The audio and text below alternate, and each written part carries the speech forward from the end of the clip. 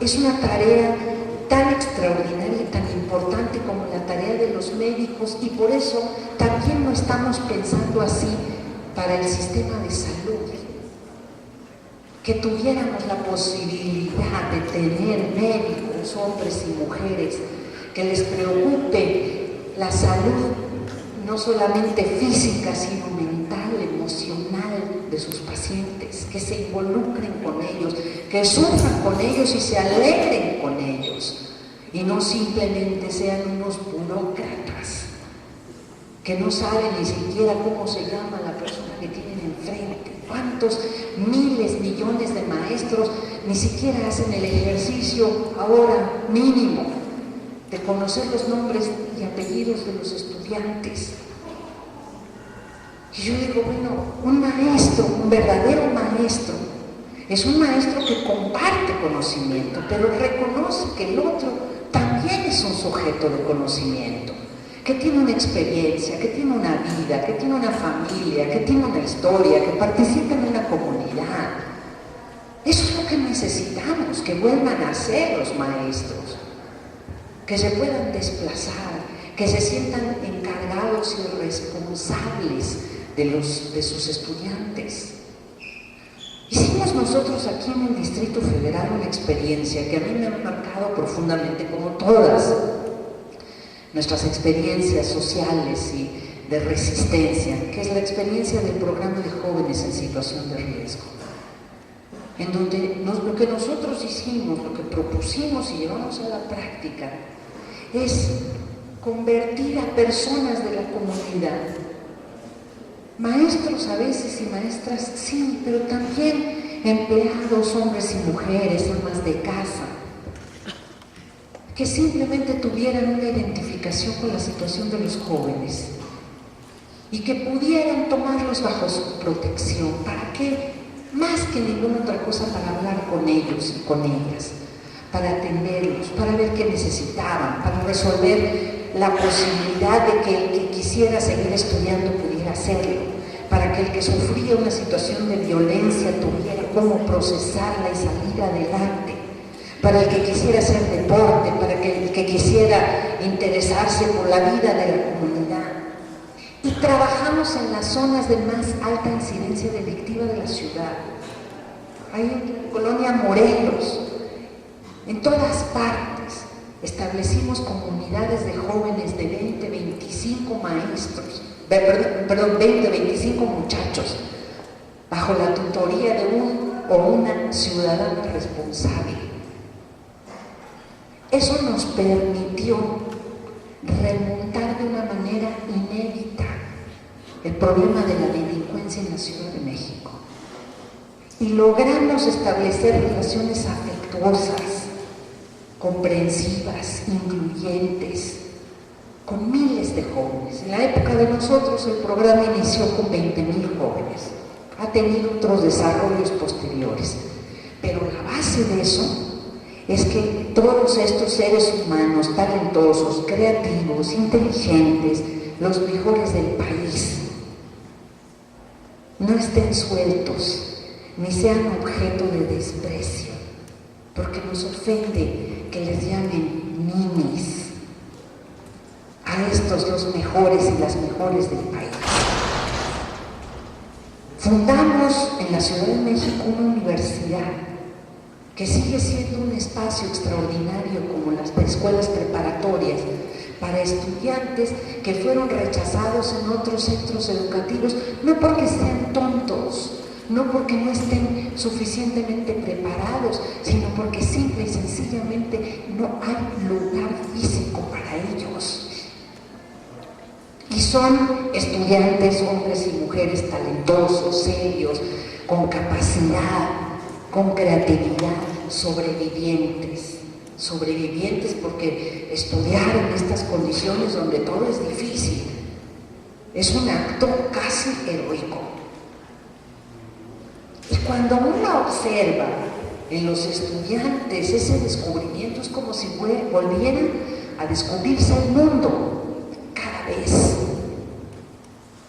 Yo he tenido las mejores experiencias de mi vida como maestra. Pero les quiero decir que simple y sencillamente participar con mis estudiantes del descubrimiento que ellos están haciendo y han hecho de su historia, estos muchachos a los que casi nadie les habla y que pasean, caminan conmigo para conocer la Lóndiga de Granaditas, la historia del país, que de pronto tocan la puerta de la casa donde vivió Miguel Hidalgo y empiezan a leer los textos que escribió Miguel Hidalgo, de pronto se les abre un universo extraordinario y tienen una fuerza que es un volcán.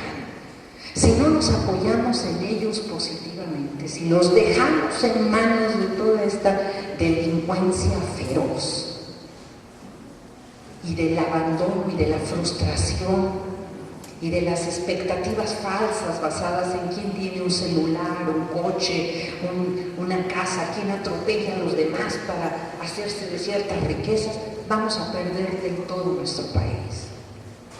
Entonces, eso es el proyecto de nosotros. Y para eso tenemos que hacer un ejercicio tremendo. Yo lo hago siempre con los maestros, maestras, por los que tengo un grandísimo aprecio. He trabajado mucho con maestros y maestras para tomar iniciativas de cosas que antes no se pensaban. Por ejemplo, cuando empezamos a ver que la historia de nuestro país estaba siendo destruida de esa manera, inventamos una cosa que les transmito porque se las pongo a disposición a los que les interese, porque creo que vale la pena. El modo en que lo hicimos, dijimos, frente a los derroches que hay de la edición de libros de texto multimillonarios para decir tonterías, por favor acérquense a la breve historia de México publicada con el apoyo de intelectuales de mucho prestigio de la UNAM y con el prólogo del señor Felipe Calderón, donde dice que Hidalgo era un señor liberal y culto, pero muy irresponsable, que provocó cientos de miles de muertes. Eso es todo lo que dice Hidalgo. Nosotros, en cambio, hicimos una recopilación de textos del siglo XIX y del siglo XX, 2 tomos.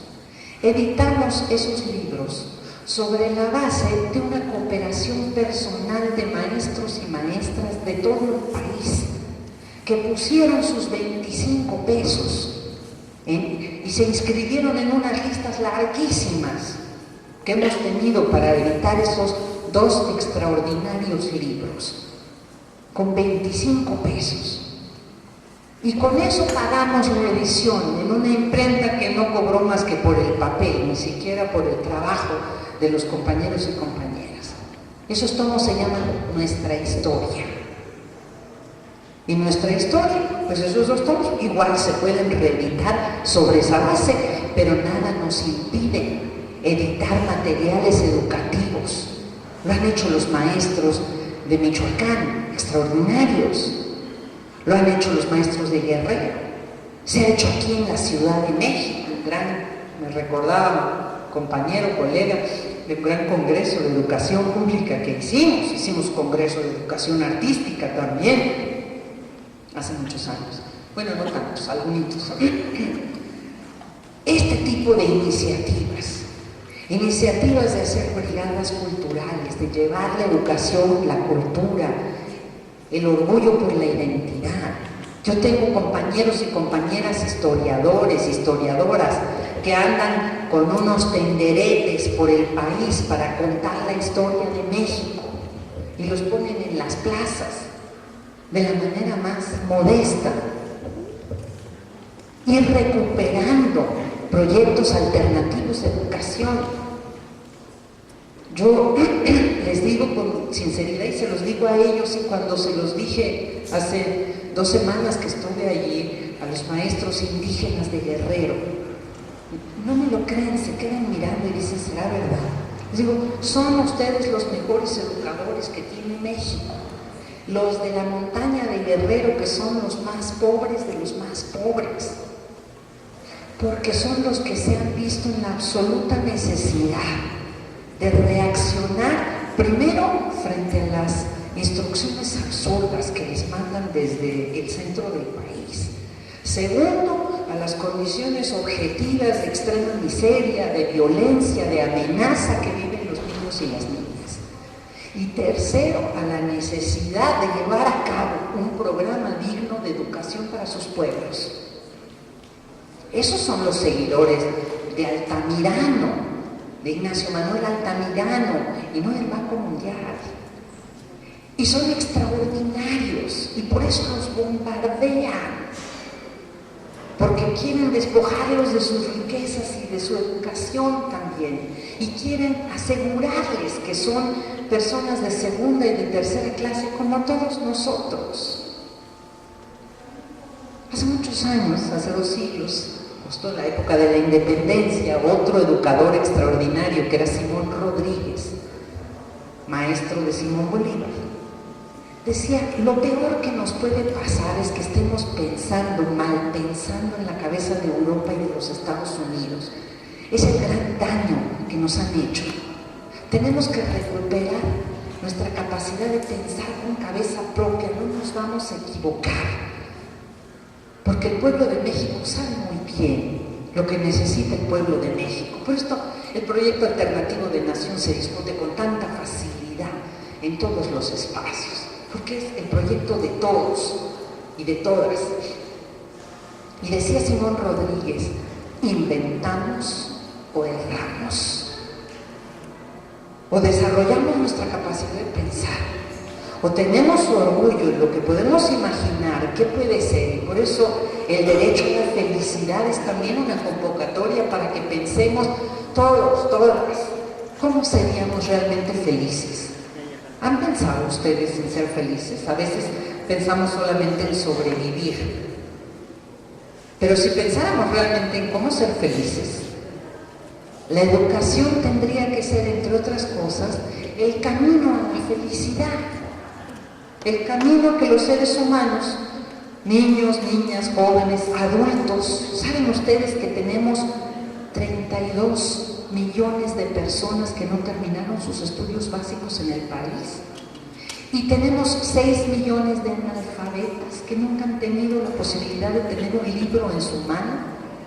Esos 6 millones de analfabetas, quiero decirles, permanecen desde el fin del gobierno de Fox hasta ahorita, o ya no los volvieron a contar, o cada vez que se muere uno, pide su ingreso a la lista otro analfabeta, porque no puede ser que sigan siendo 6 millones como si fueran estatuas desde el 2004 hasta este momento. Siempre son 6 millones, ¿no?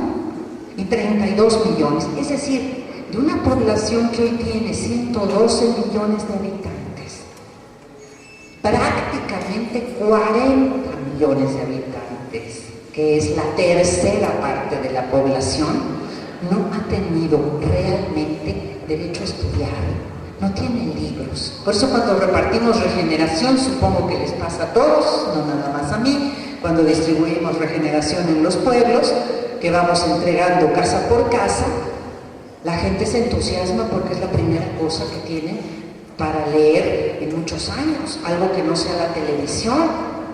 Y si le ganamos unos minutos a la televisión en esta tarea destructiva y depresiva que nos ha impuesto, pues ya hicimos muchísimo. Esa es la revolución de las conciencias. Pero entonces pensemos que la educación pues sea realmente el camino para que desde pequeños hasta grandes, niños, niñas, jóvenes, sus familias, sus comunidades, se sientan parte de un gran proyecto de reconstrucción de la vida de todos nosotros. Como dice Andrés Manuel, de refundación de nuestra vida pública, de una nueva moral, de una nueva conciencia, de esa capacidad creativa extraordinaria que tenemos todos y todos los mexicanos. Capacidad creativa que se aplica en la supervivencia, pero que se puede aplicar un poco más para alcanzar, si no el techo, el piso de la felicidad.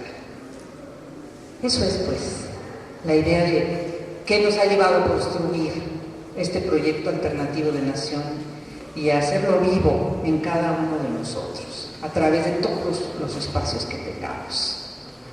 Muchísimas gracias.